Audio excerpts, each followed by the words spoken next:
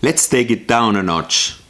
I've been using big words and philosophy and science to describe photography lately, and I may have complicated things too much to compensate my lack of creativity and imagination, I guess. So none of that today. Today we will be using extremely simple tools and processes to create some mediocre pictures. First of all, we will photograph with a pinhole camera. Now, a pinhole camera is basically a box with a hole in it.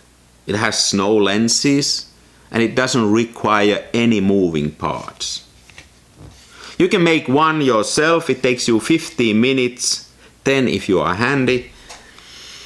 I made several myself. I made one out of ukulele. I've used food containers, beer bottles, whatever to create pinhole cameras. Now this is a commercial product built by a company named Lerouce in France, but it's still a box with a hole in it. It has two a bit unnecessary moving parts. It has this thing that covers the hole, but your finger would do the same. Then it has two screws in the back that hold on a 4x5 sheet film cartridge. You can tighten it up. But you could do the same thing with two rubber bands, so maybe a bit unnecessarily complicated. But this is what we will be using. So then, what about then the exposure time? Like, don't we need to worry and get some science around the exposure times? Maybe some tools? Not necessarily. Here we can rely on knowledge and stupidity. I'll let you know the knowledge first. We will be using Fomapan 100 film, and based on my experience, if you are shooting a pinhole camera and using Fomapan 100, it's a minute outside and it's 1 hour indoors.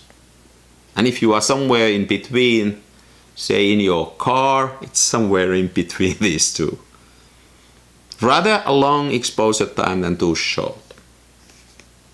That's enough for exposure times, because we will be developing our film using Rodinal in stand development. And stand development evens out all the exposure times to the extent that you really don't need to worry about development time, as long as it's long enough. So we will create a very mild mix of Rodinal to develop the film. We will create 1 to 100 mix. So if you are a European, then take 1 liter of water and put in 10 milliliters of Rodinal. If you are from the US, take 2 pints of water and put in 2 teaspoons of Rodinal. Or if you can do with less developer, if you have a small tank like me, you know, 1 pint of water, 1 teaspoon of Rodinal is enough. You don't need to really measure the temperature of your developer liquid. About room temperature is enough. And then you put your film into your container and you pour in this Rodinal mild mix of approximately room temperature. And then you don't need to measure any time. Or actually you do a little bit. Use Netflix to measure your development time. Put on a Netflix show, let the tank stand still, and after the Netflix show go and turn your tank upside down a few times and watch another episode. So about 2 episodes of development time. Then you change the Rodinal mix to the stop bath, and here you can just use water. You pour in some water for a minute or 2.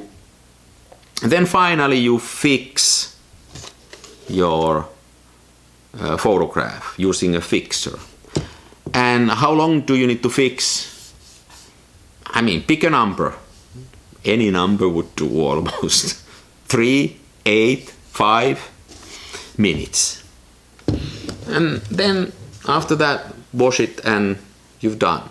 Collect the chemicals though, don't throw them out to the drain, just dispose them as an adult. So here we have it. That's how you take photographs. The simple tool, extremely simple process. The only thing you need to worry about is 1 pint of water, 1 teaspoon of Rodinal. I also wanted this time to make the whole session as simple as possible, so I just photographed whatever happened that day.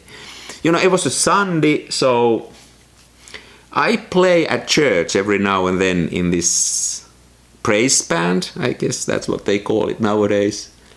So I first took a picture while I was driving to church. I put the camera on the floor in my car, facing upwards towards me, and took the first picture. Then the second one I took at the church. We were doing the run-through before the sermon with the band, just to know how to start the songs and how to end them. So I put the camera by the window and took a picture of the entire run-through, about, I guess, 40 minutes or so. Then I found a cloth rack at the end of the church hall, and I put the camera on top of that cloth rack for the entire duration of the sermon. So I basically photographed the entire sermon on one sheet of film. That might have some religious dimensions to it, I don't know. Then I took my mother home. I drove her home. She's a tough cookie. She's 92 and she walks to church. It's more than a mile. It's about 2 kilometers. So whenever I'm there, I offer to drive her back home if she wants to do that. If she lets me do that. So this time she did, and I put the pinhole camera on the dashboard and opened the hole for the duration of that short trip. Then I needed to go to the grocery store and buy some food items, and I put the camera into the food cart, the trolley, and took a few pictures, me collecting the food items. We had a pasta day. No, it was actually tikka masala. Then last and definitely the worst picture I took while I was fixing the food. I'm not visible in that picture even though I'm in the room. It took me about an hour to make food, and I took the entire hour, but I'm moving around in the kitchen so you can't really see me. The only thing you can see if you really look carefully is our dog Cookie. He is standing by the door waiting for scraps. That's what he does. So, with the simple tool and simple process and simple mind, these were the photographs I got.